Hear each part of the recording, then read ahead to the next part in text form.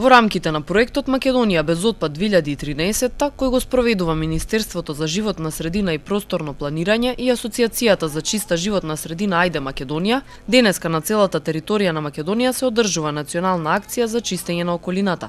Оваа акција се спроведува и во Тетово на градскиот плоштад, каде што граѓаните можат да го складираат отпадот во соодветна кутија. Проектот е поддржан од државните институции, локалната самоуправа, јавните и комунални претпријатија, невладините организации, здруженија на граѓани и местното население. Ова значи примена на законот за управување со електричен и електронски отпад, кој е стапен на сила од 1 јануари 2013 година и воедно значи поттик за општините да ги исполнат своите одговорности според законот.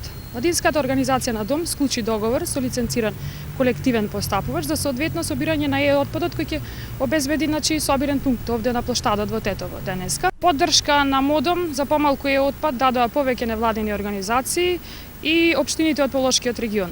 Дом и Асоциацијата на Ајде Македонија беа иницијатори на акцијата Македонија без отпад, која е поддржана од владата на Република Македонија и Министерството за животна средина и просторно планирање. Ја организираат оваа акција по втор пат годинава. Целта на проектот Македонија без отпад 2013 е да се поттикне граѓанскиот активизам и да се развие свеста и навиките на граѓаните за правилно управување со отпадот.